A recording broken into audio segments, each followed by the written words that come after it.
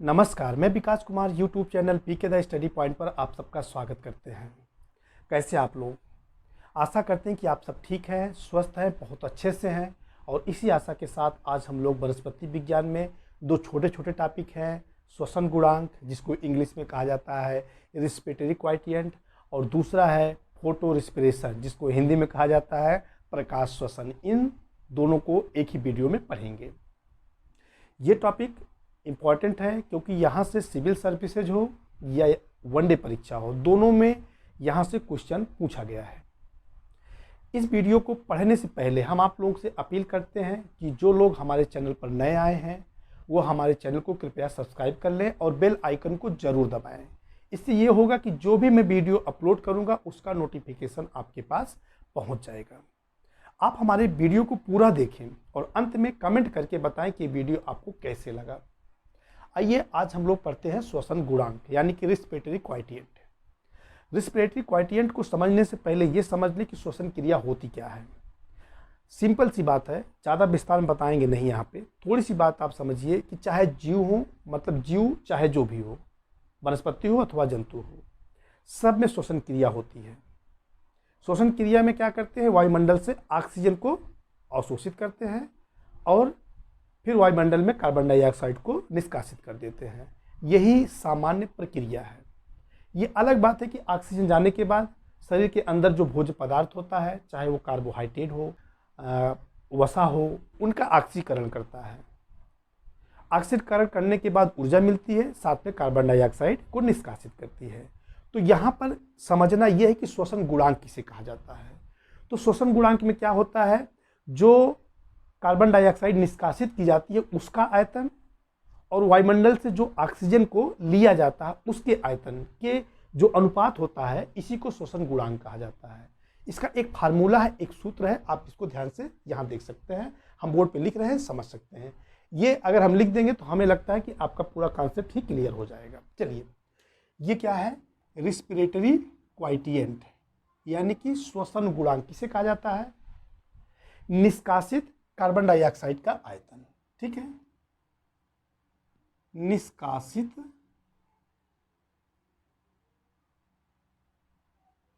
Carbon dioxide का आयतन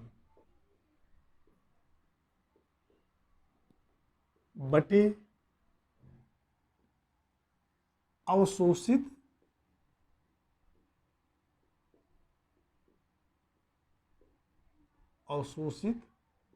oxygen का आयतन, है ना।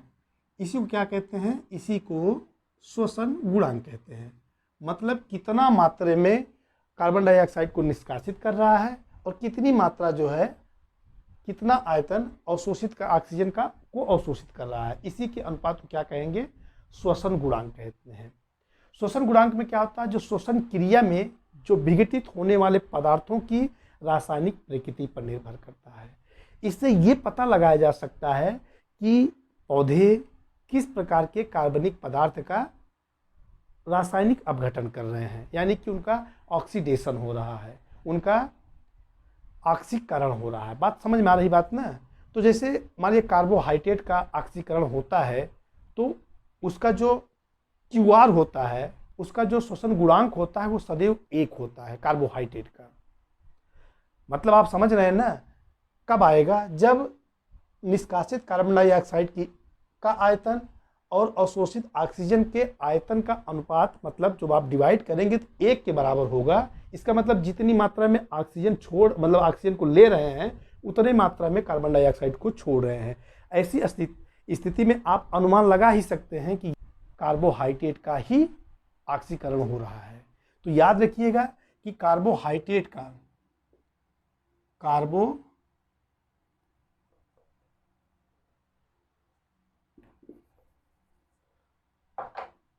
याद रखिएगा कि कार्बोहाइड्रेट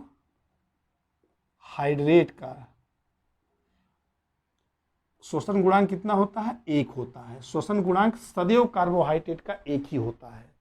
इसके अलावा जो वसा है यानी कि फैट है, ठीक है, फैट्स हैं यानी कि वसा और प्रोटीन है, इनका श्वसन गुणांक सदैव 1 से कम होता है। कितना होता है, 0.5 से लेकर के 0.9 होता है, याद रखिएगा, इंपॉर्टेंट है। और जो कार्बनिक अम्ल है, कार्बनिक अम्ल का शोषण गुणांक कितना होता है, याद रख लीजिएगा। कार्बनिक अम्ल का शोषण गुणांक सदैव 1 से अधिक होता है, यानी कि 1.3 से लेकर के 4 तक होता है। इनके अलावा कुछ पौधे ऐसे होते हैं जो रसदार होते हैं, गूदेदार होते हैं। इनमें जो पाए जाने वाले कार्बोहाइड्रेट होता है, ये ऑक्सीजन की उपस्थिति में इनका पूर्ण ऑक्सीकरण नहीं होता है। जब पूर्ण ऑक्सीकरण नहीं होता है तो कार्बन डाइऑक्साइड ना बना करके क्या बना लेते हैं, मैलिक एसिड बना लेते हैं, मैलिक अम्ल का निर्माण कर लेते हैं। क्या बना लेते हैं, मैलिक अम्ल। अरे यार ऐसे मान लीजिए, मैलिक अम्ल का निर्माण कर लेते हैं। तो इससे क्या होता है, कार्बन डाइऑक्साइड का निष्कासन ही नहीं होगा। जब कार्बन डाइऑक्साइड का निष्कासन नहीं होगा तो ऐसे पौधों का जो शोषण गुणांक होता है वो सदैव 0 होता है। जब कार्बन डाइऑक्साइड ही नहीं रहेगा तो कैसे, भाई ऑक्सीजन तो ले रहा है लेकिन कार्बन डाइऑक्साइड निकल ही नहीं रहा है, तो दोनों का अनुपात क्या होगा, 0 हो जाएगा। तो ये सदैव हमेशा ध्यान दीजिएगा, गूदेदार फल, रसदार फल पौधों में जैसे नागफनी, चिग्घाड़, इन सब का शोषण गुणांक सदैव 0 होता है। याद रखिएगा, कार्बोहाइड्रेट का सदैव 1 होता है, फैट है, प्रोटीन है, इनका शोषण गुणांक 0.5 से लेके 0.9 तक होता है, यानी 1 से कम होता है। और कार्बनिक अम्लों का 1 से अधिक होता है, 0.3 से लेकर के 4 तक होता है। लेकिन जो अनाक्षी शोषण करते हैं जो पौधे, उनका शोषण गुणांक अनंत होता है। क्यों, क्योंकि उसमें तो ऑक्सीजन लेते ही नहीं है बल्कि कार्बन डाइऑक्साइड निकालते हैं। तो ऐसी कंडीशन में इनका शोषण गुणांक कितना होता है, अनंत होता है। किसमें, जो अनाक्षी शोषण करते हैं, अनाक्षी शोषण करने वाले पौधे, शोषण करने वाले पौधों का श्वसन गुणांक कितना होता है, अनंत होता है। लिख लीजिए भैया, इंपॉर्टेंट है, ये सब क्वेश्चन पूछा जाता है। लेकिन नापते किससे हैं भाई, ये सारी चीज़ें तो हम लोगों ने बात कर लिया। नापने वाला मशीन का क्या नाम है, इसका नाम है गैनांग श्वसन मापी। इंपॉर्टेंट है, ये भी पूछा जा चुका है, गैनांग श्वसन मापी। इस गैनांग श्वसन मापी से ही श्वसन गुणांक निकाला जाता है। बस इसमें इतना आपको याद करना है, ज़्यादा इसमें नहीं पढ़ना है। अब हम इसके बाद पढ़ेंगे फोटो रेस्पिरेशन, यानी कि प्रकाश श्वसन। चलिए इसको मिटा देते हैं। चलिए इसके बाद हम देखते हैं फोटो रेस्पिरेशन, यानी कि प्रकाश श्वसन। क्या पढ़ेंगे, प्रकाश श्वसन, फोटो रेस्पिरेशन।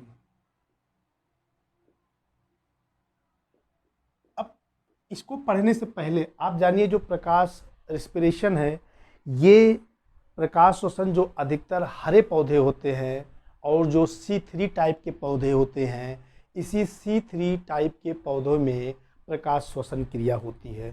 अब आप कहेंगे C3 टाइप पौधे किसे कहा जाता है, आप शायद केल्विन चक्र को पढ़े होंगे विस्तार से, तो समझ जाएंगे। देखिए, जिन पौधों में केवल केल्विन चक्र द्वारा कार्बन डाइऑक्साइड का स्थिरीकरण होता है, उनको क्या कहते हैं, C टाइप पौधा कहा जाता है। इसमें इस चक्र में आप देखेंगे कि कार्बन डाइऑक्साइड का जो पहला उत्पाद होता है इस चक्र में, वो क्या होता है, 3 कार्बन वाला पदार्थ बनता है, जैसे कि फास्फोग्लिसरिक एसिड बनता है। क्या बनता है, फास्फोग्लिसरिक एसिड,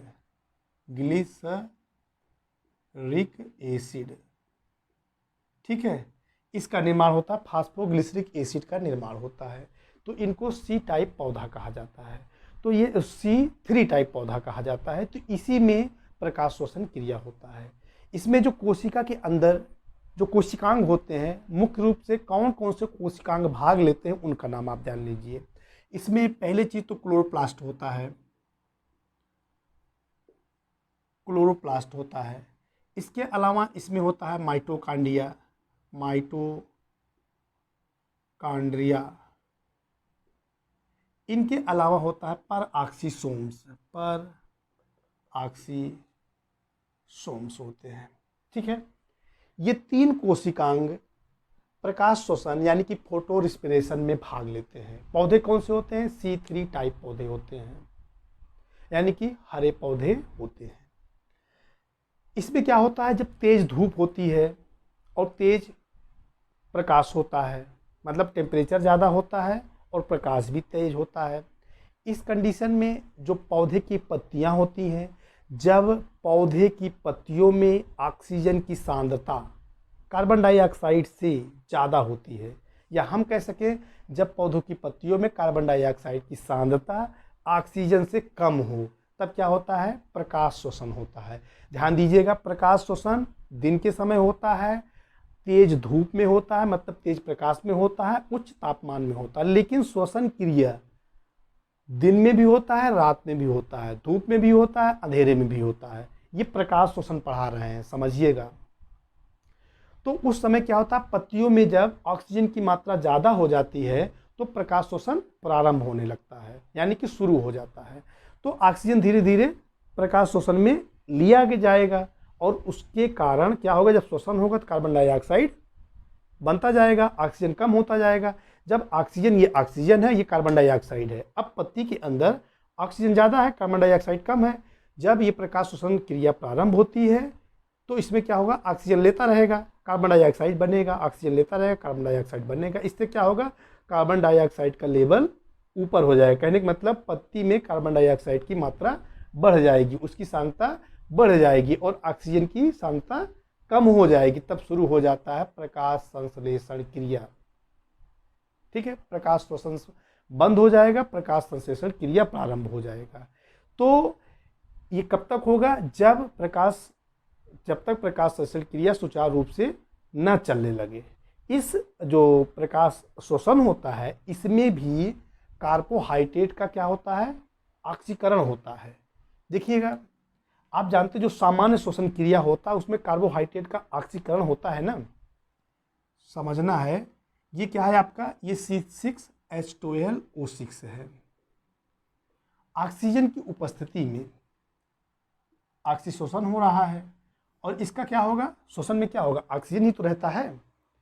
तो इसमें कार्बन डाइऑक्साइड बनता है, पानी बनता है और साथ में 673 किलो कैलोरी ऊर्जा मुक्त होती है। लेकिन जो ऊर्जा निकलती है, ये ऊर्जा एडिनोसिन डाइफॉस्फेट यानी कि ADP द्वारा अवशोषित कर ली जाती है और क्या बना ली जाती है, ATP बना ली जाती है। कहने का मतलब ये ऊर्जा 673 किलो कैलोरी ऊर्जा ATP द्वारा संचित कर लिया जाता है, ATP के रूप में संचित होता है।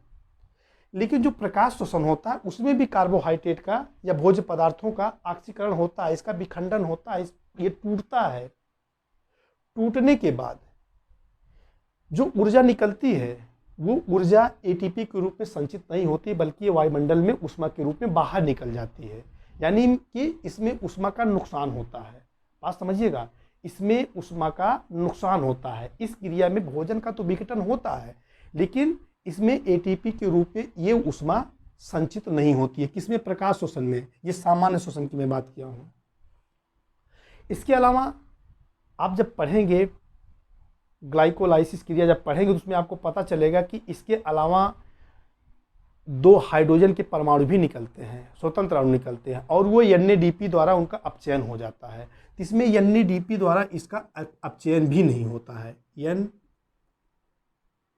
NADP, ठीक है, NADP द्वारा या NADP द्वारा इसका अपचयन भी नहीं होता। तो इस प्रकार ये जो प्रकाश संश्लेषण क्रिया होती है, ये सीधी बात जानिए, इसमें ऊष्मा जो भी निकलता है वो ATP के रूप में संचित नहीं होता है, ये ऊष्मा के रूप में बाहर निष्कासित हो जाता है। बस इस वीडियो में इतना ही। ये वीडियो आपको कैसे लगा आप कमेंट करके बताएं और जिन लोगों ने हमारे चैनल को सब्सक्राइब नहीं किया है वो सब्सक्राइब करना ना भूलें। आप हमारे चैनल को लाइक करें, शेयर करें, सब्सक्राइब करें। धन्यवाद।